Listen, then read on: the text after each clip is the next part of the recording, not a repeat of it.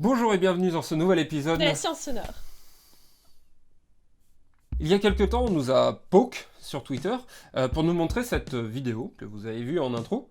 Et en fait, on a trouvé ça tellement cool qu'on a décidé d'en parler parce qu'on s'est dit qu'il y avait de la belle physique à montrer. Alors du coup, on va regarder la vidéo. Hop, j'allais là. Il envoie son espèce de pavé de glace là, dans la carotte, dans le trou. Ah, la dernière, elle est vraiment plus forte. Ouais. Quoi. Ouais. Et du coup, d'ailleurs, merci beaucoup de nous envoyer ces trucs-là. Ça nous fait beaucoup rire. Et continuez de nous envoyer parce qu'on aimerait bien expliquer plus de choses dans ce genre-là. Ouais, grave. Ah. Alors, pour être honnête, pour comprendre ce qui se passe, il a fallu qu'on bibliote un peu, Charlotte et moi. Ce qui nous a pris, quoi. Un café et demi. Ah oui, t'as pris la tasse du café et demi. Un café et demi. Jeu d'acteur sur 20. Le chercheur qu'on voit sur la vidéo... Peter Neff. En fait, lui, il est climatologue et il est en postdoc en Antarctique. Et il travaille pour l'université de Rochester. Ouais, il y a des postdocs qui sont mieux que d'autres, hein, visiblement. Et en fait, lui, ce qu'il fait, c'est qu'il creuse des carottes de glace dans l'Antarctique, finalement, Ouais. pour étudier les bulles qui se trouvent piégées dans la glace. Et puis, quand il s'ennuie, il jette les glaçons dans les trous qu'il a fait, puisqu'il n'a pas besoin des trous, finalement. Voilà. Et il s'est rendu compte que ça faisait des sons bizarres. Alors lui, vu qu'il est climatologue, il a envoyé cette vidéo-là à un de ses collaborateurs qui est le professeur Marc Bocco. Marc Bocco de l'université de... Rochester, toujours. Toujours. Ouais, Donc ouais, la même ouais. université. De Marc Bocco bosse en génie électrique, lui. Et il se trouve qu'il a quand même quelques compétences en acoustique. Il fait qu'il a réussi à expliquer le phénomène. D'accord, oui, et il a fait l'article du coup sur lequel on est tombé, qui est un article présent dans le site web officiel de l'université. De Rochester. Vous trouverez le lien en description. Et donc oui, on s'est penché sur cet article-là qui explique finalement les trois principaux phénomènes qu'on entend dans la vidéo. Et on va vous vulgariser ça, puisqu'on a réussi à comprendre finalement. Ouais. Ouais. Alors, le premier phénomène étant l'effet Doppler. Donc il y a un espèce de son dont la fréquence diminue au cours du temps, qu'on entend dans la vidéo. C'est ça. Donc au tout début, c'est pendant que le caillou tombe, vous entendez cette espèce de bruit qui descend. Et ça, c'est exactement analogue à l'ambulance qui vous dépasse dans la rue. Et donc vous avez cette espèce de son qui a l'air de changer, alors que vous savez bien que la sirène de l'ambulance reste la même tout du long. Peut-être qu'ils savent pas. Peut-être qu'ils savent pas que la sirène de l'ambulance, et peut-être qu'ils pensent qu'on leur a menti toute leur vie. Tu crois que la note change à chaque fois que l'ambulance passe à côté de toi? Non, c'est complètement con. L'effet Doppler, en fin de compte, c'est simplement le fait que la vitesse varie au cours du temps, et donc que les frondons, c'est-à-dire ces zones de compression, vont venir être dilatées par l'effet du mouvement du caillou. Et donc on va percevoir une note qui sera de plus en plus grave, simplement parce que les fronts d'onde, les zones de pression, arriveront un peu plus tard à chaque fois à notre oreille. Notre oreille, elle comprendra ça comme étant une période plus longue, et donc une note plus grave. Bon, de toute façon, il y a des liens en description. Pour comprendre ça, il y a une vidéo de Science Étonnante, de Science Click et de Experiment Boy qui explique très bien ça. Donc on va pas revenir plus dessus. Voilà. C'est fin. Oui, si. Cool. Ensuite, il explique qu'il y a cette espèce de son de cœur qui bat. Donc un truc qui fait poup, poup, poup, poup.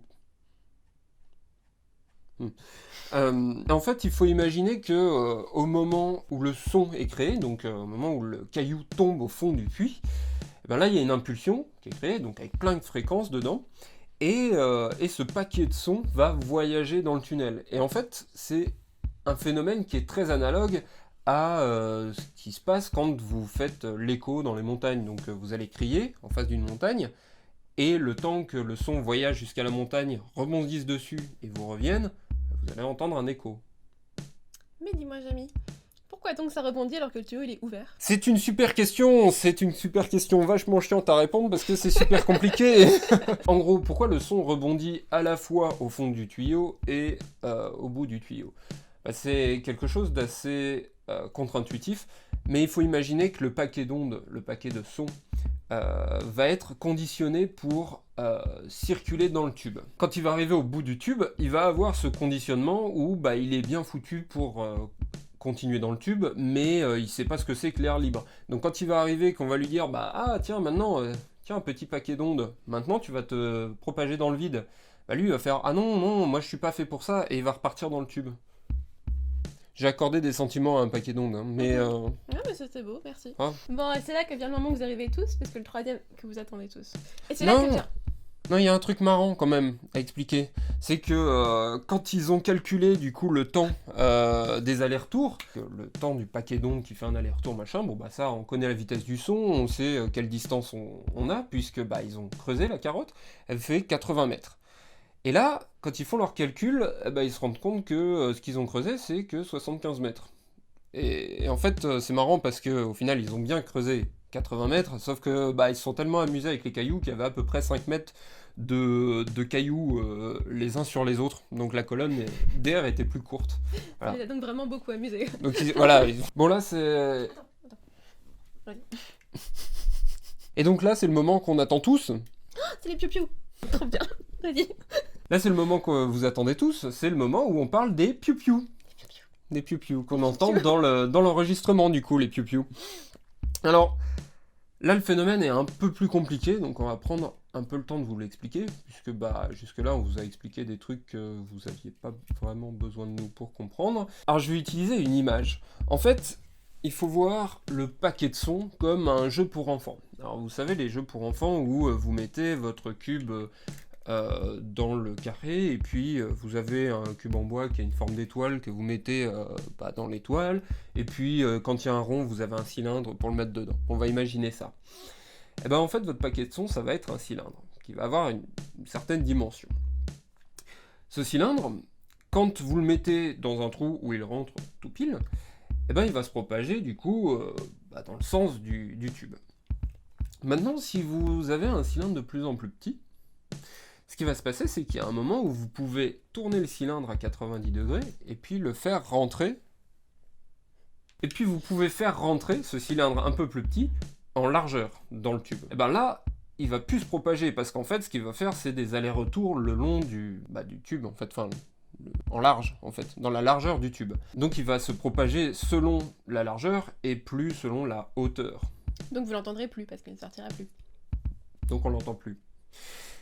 Mais il y a un truc étonnant, c'est que avec un jouet un tout petit peu plus petit, donc un cylindre plus court, là on peut incliner le cylindre et puis lui faire avoir un certain angle. Donc là il va se propager en tapant sur les rebords tour à tour du tunnel. Et puis il va se propager sur une distance, la même distance puisque c'est la hauteur du tube, mais il va mettre plus de temps puisqu'il va faire des rebonds, avec plus ou moins de rebonds.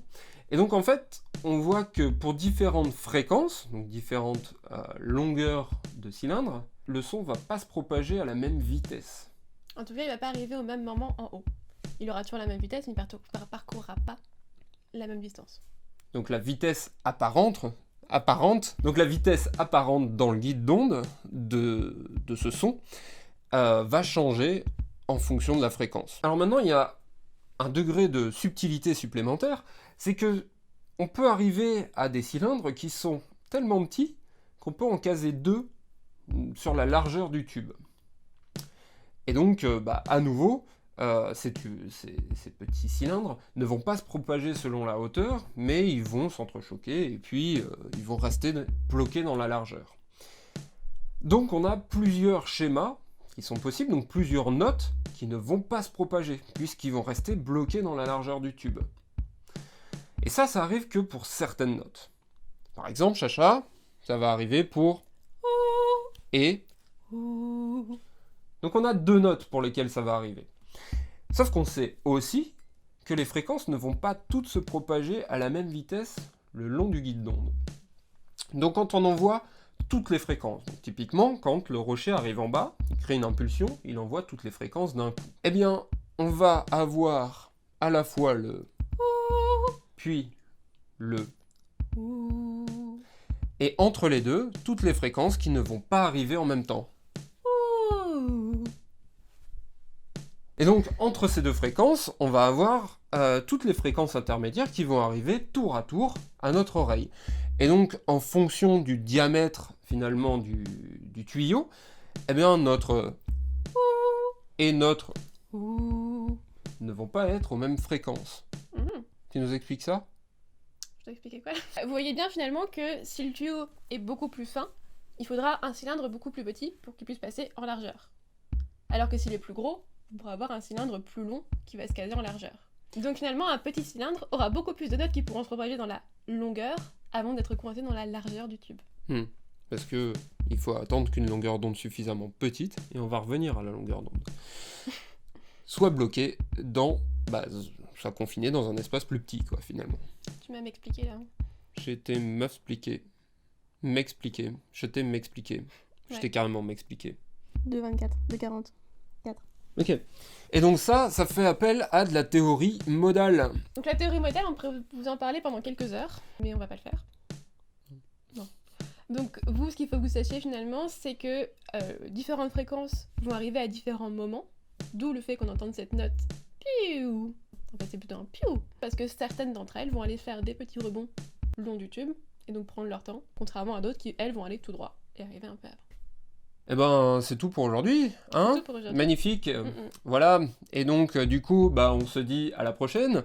Non, qu'est-ce qu'on dit? On dit... Bisous. Non. C'est moi qui dis bisous, déjà. Mais non, on dit aux gens qu'il faut nous suivre sur les réseaux sociaux. Twitter, Instagram, Facebook. Oui, de s'abonner. T'as pas l'habitude, en fait. C'est ça ton problème, hein? Hein? Qu'est-ce qu'on dit? On dit de mettre la cloche? Ah, vous mettez la cloche. Mettez la cloche. Maintenant, on dit bisous. Bisous.